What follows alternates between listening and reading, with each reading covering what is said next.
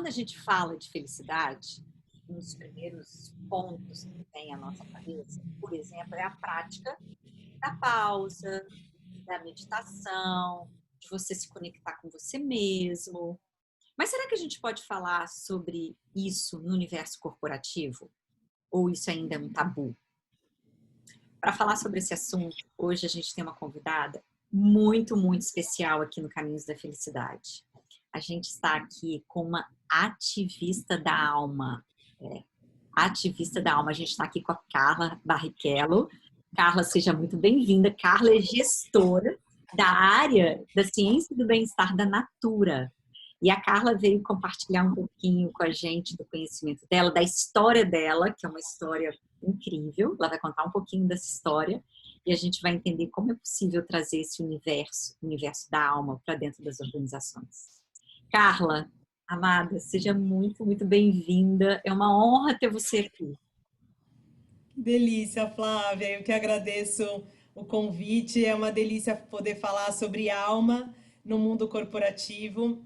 Eu estou me descobrindo, né, ativista da alma recentemente. E quando eu decidi colocar esse nome no meu LinkedIn, com uma provocação de uma amiga, foi muito curioso porque eu ficava pensando, puxa, alma e LinkedIn não se conectam, né? São duas forças opostas e contrárias. E que às vezes até se repelem, né? Quando a gente vai falar de pausa, de observação, de autoconhecimento, de espiritualidade, parece que o mundo corporativo é um lugar que não aceita e não recebe bem essas palavras. Mas eu ousei e eu acho que a gente está aí numa época para usar mesmo. E tô me colocando nesse lugar para poder unir as dimensões mais sutis com a razão, a lógica, o planejamento estratégico, que acontecem nas organizações e são muito necessários, mas eu sinto que o futuro está em equilibrar as dimensões mais sutis das pessoas com essa dimensão mais concreta, né? Então, Maravilhoso. isso. Carla, quando eu li o seu currículo, eu fiquei arrepiada. Eu falei, gente, é isso. Ativista da alma, fazer esse equilíbrio. Eu fiquei apaixonada. Eu sinto que a gente está na era de equilibrar os opostos, né? De trazer. E aí a gente fala de meditação, né? Quando eu comecei a meditar, e muitas, né, a meditação e o próprio contato com a respiração traz para a gente notícias e ensinamentos que a gente não percebe no dia a dia, né? E o primeiro ensinamento que a respiração traz é o expirar e o inspirar. Eu não consigo ficar no expirar. Eu vou ter que, vai gerar uma tensão no meu corpo que vai me obrigar a expirar.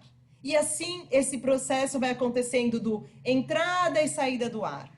Então eu sinto que também a razão e a emoção, a mente e o coração, dentro, sobretudo dentro das organizações, onde a coisa é um pouco mais dura, mas na vida, a gente precisa integrar essas dimensões e qualificar essas dimensões adequadamente, né?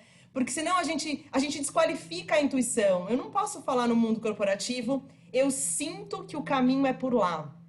Eu tenho que defender uma tese, fazer lá o business plan, mostrar que e tá tudo certo. Ao mesmo tempo, tem uma dimensão que é imaterial e que é maravilhosa de dizer: tem um lugar dentro do meu coração que diz que é aquele caminho que eu tenho que seguir.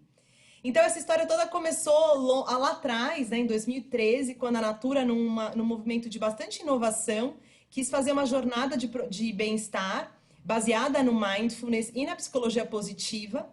E a gente fez uma pesquisa em parceria com o Hospital Albert Einstein e com a Palas Atena. E a gente conseguiu provar que aquela jornada de 8 semanas melhorava muitas dimensões do bem-estar de mulheres gestoras, super, né, cheia de afazeres e preocupações aí no seu dia a dia. E a partir desse resultado, eu encabecei um movimento, né, e tive a ajuda de uma rede muito importante dentro da empresa, porque é uma empresa do bem-estar bem, então esse assunto conversa muito com os valores da empresa. A gente conseguiu fazer um grupo, né? Agora são 2 grupos, na verdade, de meditação interna. Então, eu e uma colega, a gente conduz meditações 3 vezes por semana para os colaboradores que se interessam.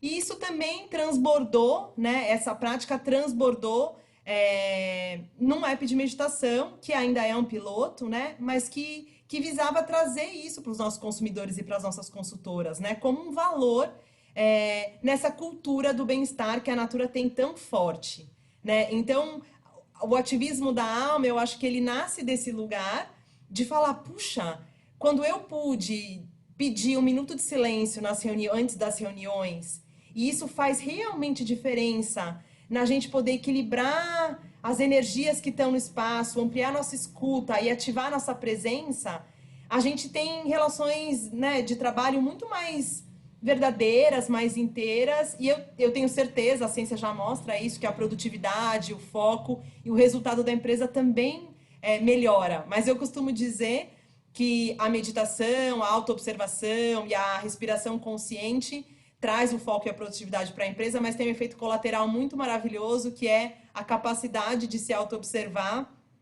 de estar no momento presente e de se autoconhecer, né? Então, é muito maravilhoso poder levar essas dimensões mais incompatíveis, se a gente pode dizer assim, né? Bem entre aspas, mas para as organizações como ferramenta para lidar com um mundo tão complexo. E a pandemia mostrou que a gente não estava, a gente estava no caminho certo. Em 2013 a gente falava sobre isso, e quando a pandemia começou em 2020, a gente falou, puxa vida, tantos estudos de bem-estar que a gente fazia internos, quanto o app de meditação, foram ferramentas importantes para a gente ampliar a consciência e tentar, né, ser um agente de transformação, pelo menos de acalmar minimamente as pessoas, de levar uma mensagem positiva em meio a tanta dor e tanto caos, né? Carla, sabe o que eu acho maravilhoso, e aí puxando o gancho em tudo que você falou?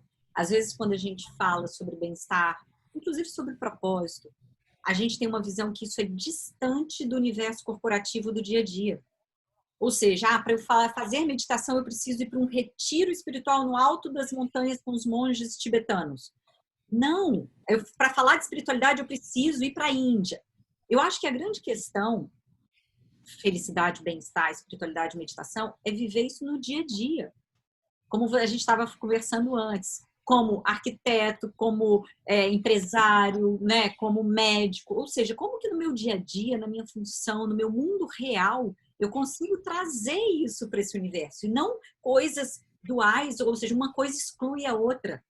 Então, eu acho que o mundo corporativo está começando a enxergar isso, e todos têm a ganhar, né? Quem está dentro, quem está exercitando isso e quem está fora. Eu acho que esse é um ponto bem importante, né, da sua fala, de como que você conseguiu trazer e viver o seu propósito dentro do universo corporativo. Você não precisa estar distante.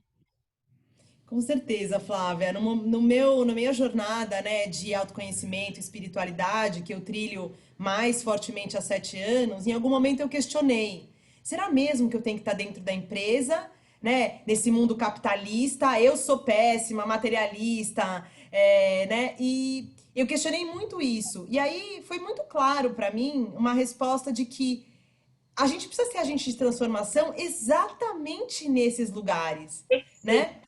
Como a gente encontra propósito no dia a dia mesmo, né? Como é que o meu dia, eu sirvo a vida, né? Eu tenho falado muito e ouvi muito isso de um grande mestre que diz: a gente tem que passar de se servir da vida para servir a vida. E isso muda tudo. Como é que eu acordo e digo: hoje eu vou servir a vida, hoje eu vou colocar as minhas competências mais incríveis a serviço da vida, a serviço do outro, a serviço do meu trabalho. Seja ele catando lixo, seja ele no escritório de advocacia, seja ele cuidando dos filhos.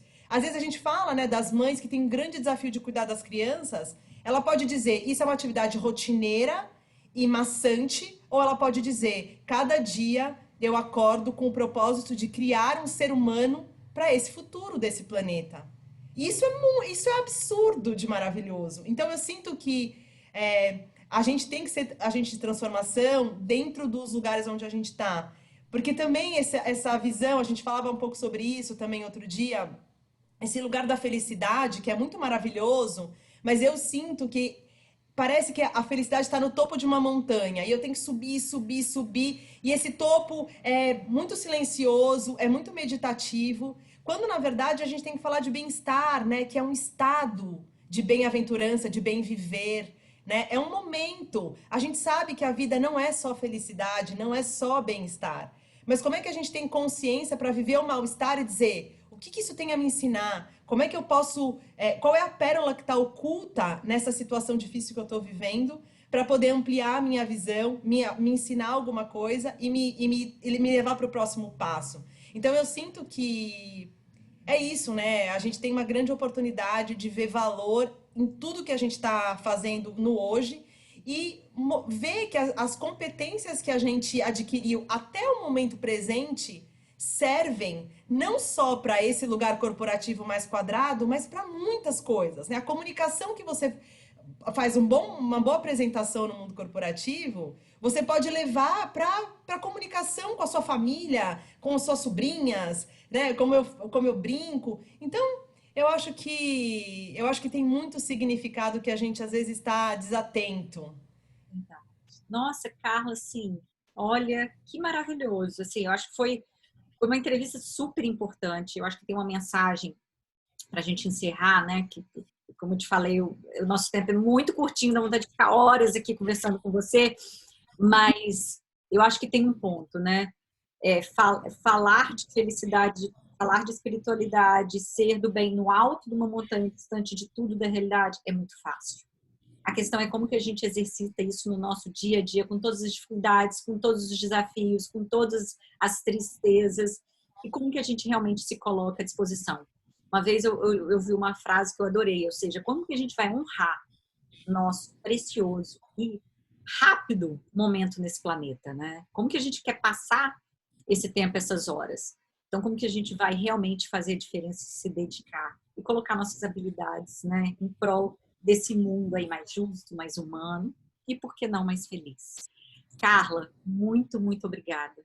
Obrigada a você. Obrigada, foi uma honra. Obrigada pela sua disponibilidade, sua generosidade de compartilhar seu tempo, seu conhecimento aqui com os nossos ouvintes do Caminhos da Felicidade. Eu que agradeço, mando um beijo para todos os ouvintes e agradeço muito a oportunidade de falar com você, Flávia. Um beijo grande para todo mundo. Beijo, beijo para todos.